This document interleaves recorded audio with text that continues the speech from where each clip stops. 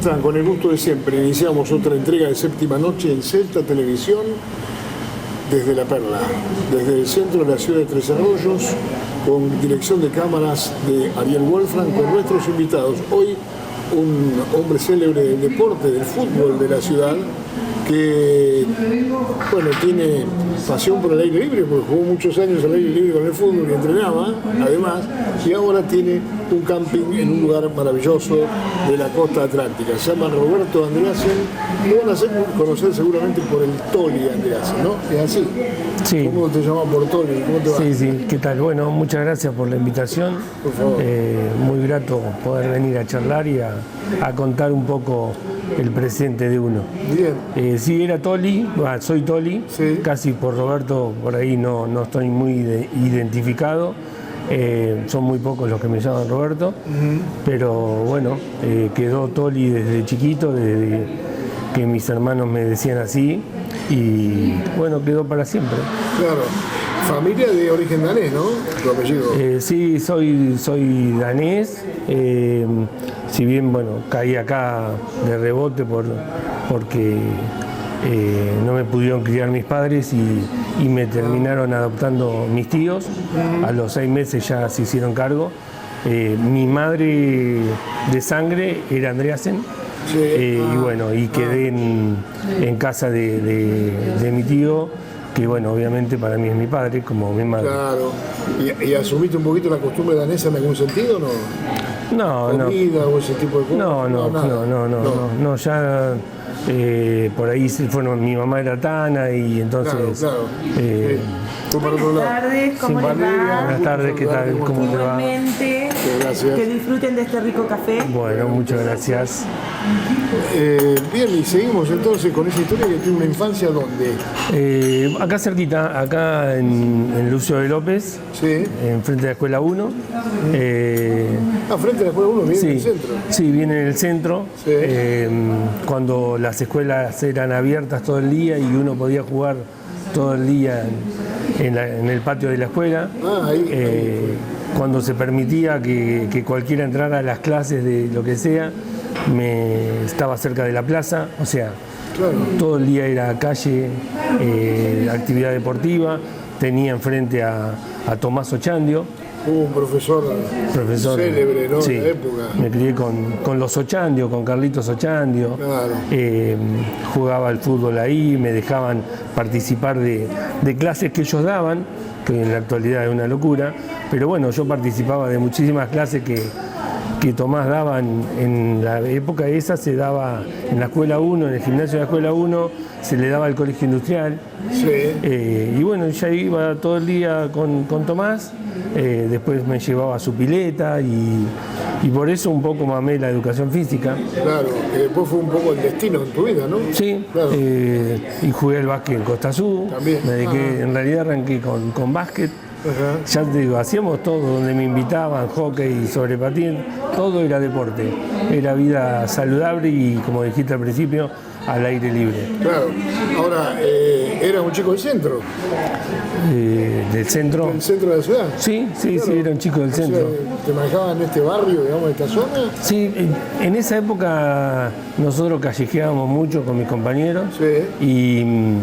y íbamos a jugar al fútbol a donde se pudiera. Y en esa época íbamos a donde es la parte nueva del hospital, Ajá. que ahí había un terreno. Bueno, íbamos a Villa, que ya te digo, los clubes eran muy abiertos, entonces era todo el día, vos ibas al club de pelota a jugar al básquet solo, ibas a Villa y se juntaban 10, 15 chicos y jugaban, la cancha de los dinamarqueses allá atrás. Sí, claro.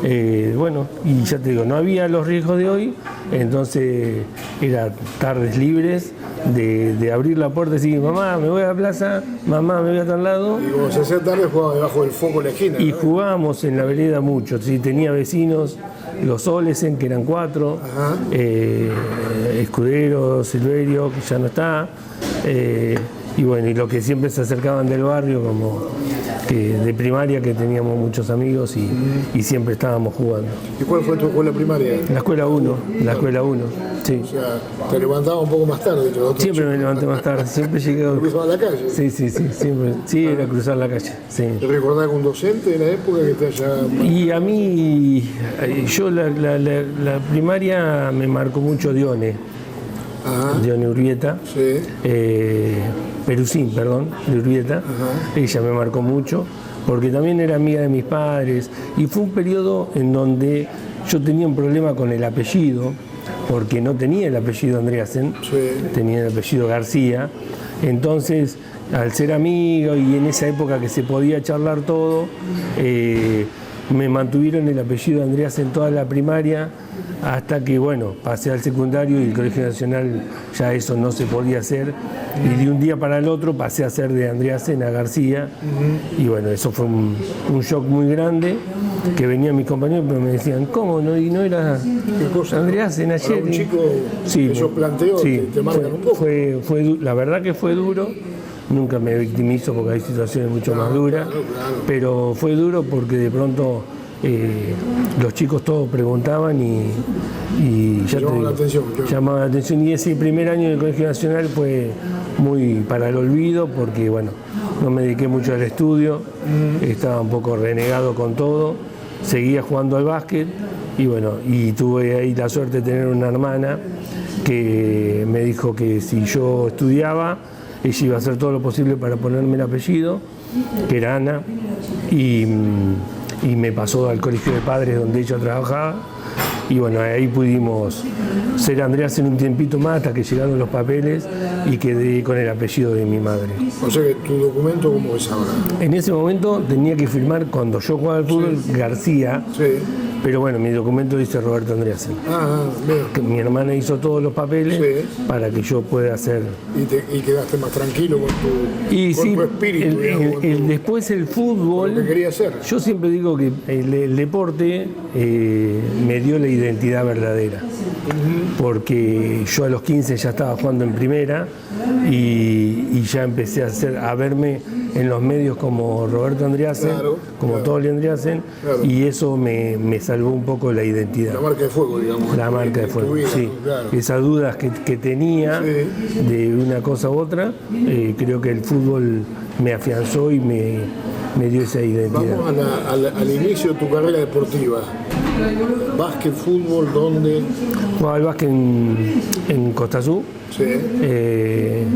Y bueno, estuve hasta cadetes menores, hasta los 14. Yo hacía las dos cosas casi simultáneo con Antonio Bianco. Sí. Bueno, tenía muchos compañeros que de primaria íbamos a básquet, y después, casi ya te digo, simultáneo hacía fútbol en Villa. Y tuvimos alguna experiencia, era bastante renegado y me peleé con el técnico ya a los 14 y me fui a Nacional. Claro. Y ahí nomás... Al club del barrio, pero además a la vez club...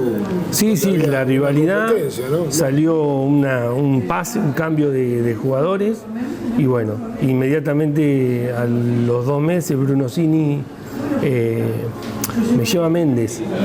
Y después Antonio Méndez, y después Bruno Cini inmediatamente ya me pone a jugar en el plantel de primera y debuto ahí al tiempito. ¿Con qué edad? 15 años. 15 años. ¿Serviste tu café? Sí. A los 15 años, después de una infancia que te enseñó mucho, porque fue una infancia muy de calle, muy de deporte, muy de relación, tenías una personalidad que ya venía con vos también. Era un tipo decidido, ¿no? Para jugar en primera división, no te arrugó la posibilidad, digamos. No. A esa edad. No, el fútbol es lo que a mí siempre me dio mucha seguridad. En el ámbito del fútbol, por ahí toda la inseguridad que no tenía en la vida diaria, dentro de una cancha de fútbol es como que siempre me sentí cómodo y seguro de mí mismo, y entrené mucho para eso. Si hubiera vivido en otra época, por ahí hubiera tenido la suerte de haberme ido a jugar a otro lado. Pero la vida diaria era trepar árboles, correr todo el día, jugar a la escondida, jugar a la mancha. Entonces uno se preparaba, trepaba techos, saltaba paredones. Entonces yo digo, ahora ¿por qué se lesionan tanto? Y porque nosotros no hacíamos 2 horas de entrenamiento, hacíamos 2 horas de entrenamiento más 8 horas de calle, porque la calle era saludable, una calle recreativa en la que estaba participando todo el tiempo a algo. Claro, correcto. Entonces, por ahí cuando llegué a la hora de jugar, físicamente estaba, si bien era bajo, pero bueno, tenía otras capacidades que las podía desarrollar. Pero digamos que prácticamente salteaste lo que significaría la división inferior. Y casi, sí, jugué muy poquito con Antonio en divisiones menores. Alternaba, porque Bruno me llevaba, por ahí jugaba titular en segunda, por ahí jugaba en tercera o cuarta, y igual me usaban el sábado, porque antes vos podías jugar todo el tiempo. Pero sí hice pocos inferiores. Y digamos que la persona que te vio y creyó en vos, que te dio ese empujón para jugar en primera división, ¿fue Bruno? Sí, totalmente. Bruno sí. Sí. Yo siempre digo, llevándolo a la actualidad, creo que hoy por hoy la gente joven le marca menos esas cosas. A mí Bruno Cini me marcó totalmente, porque fue el que iba a mi casa, me tenía paciencia de mi locura, me alentaba, ¿viste? También renegamos mucho, hubo muchas cosas que no nos gustaban, pero fue el que me acompañó la gran parte de la carrera, sí.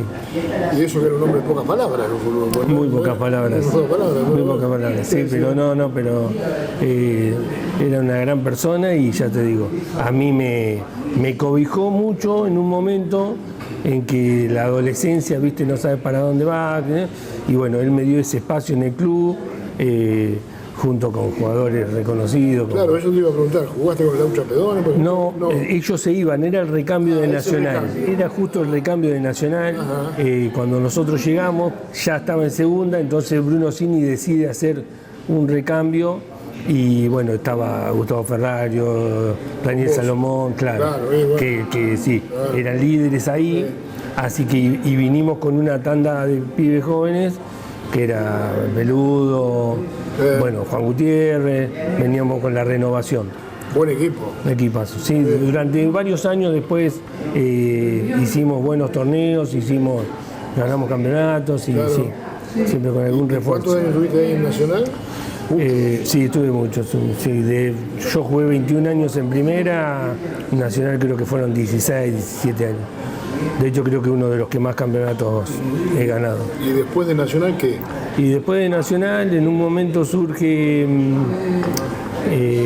creo que surge Cascallares la segunda, voy a Cascallares que ascendemos también, después voy 3 años a Huracán con Alejandro Barberón, que era un ídolo para mí porque había estado en Independiente, venía de ahí, y bueno, después Hugo Tenaglia, que también salimos campeones, y en el momento que está para quedarme, para que viene todo el ascenso de Huracán, yo decido volver a Nacional, me vuelven a invitar al regional que se llamaba antes, y jugábamos justo los últimos partidos con Nacional y podíamos salir campeón, y yo decidí salir campeón con Nacional, que no salimos campeones, y me quedé sin el pan y sin la torta. Pero bueno, contento con el diario del lunes sé todo lo que me perdí. Claro, bueno, cosas que pasan, ¿no? El fútbol evidentemente local o regional no te permite hacer un dinero bárbaro, pero ¿te ayudó a vivir mejor? Nosotros en esa época de Huracán sobre todo, primero me ayudó cuando yo estaba estudiando. Claro. Y alivié a mis padres, porque yo mientras estudiaba venía todos los viernes, entonces me la rebuscaba porque el club me daba la plata igual para los pasajes, yo capaz que iba a dedo, y a mi padre los aliviaba porque era un costo ir a estudiar, entonces ellos sostenían una parte y a mí todo lo que era vestirme o salidas era... ¿Estudiaron en la Barría? Estudiaron en la Barría. Y después del periodo de Huracán, sí, estábamos bien.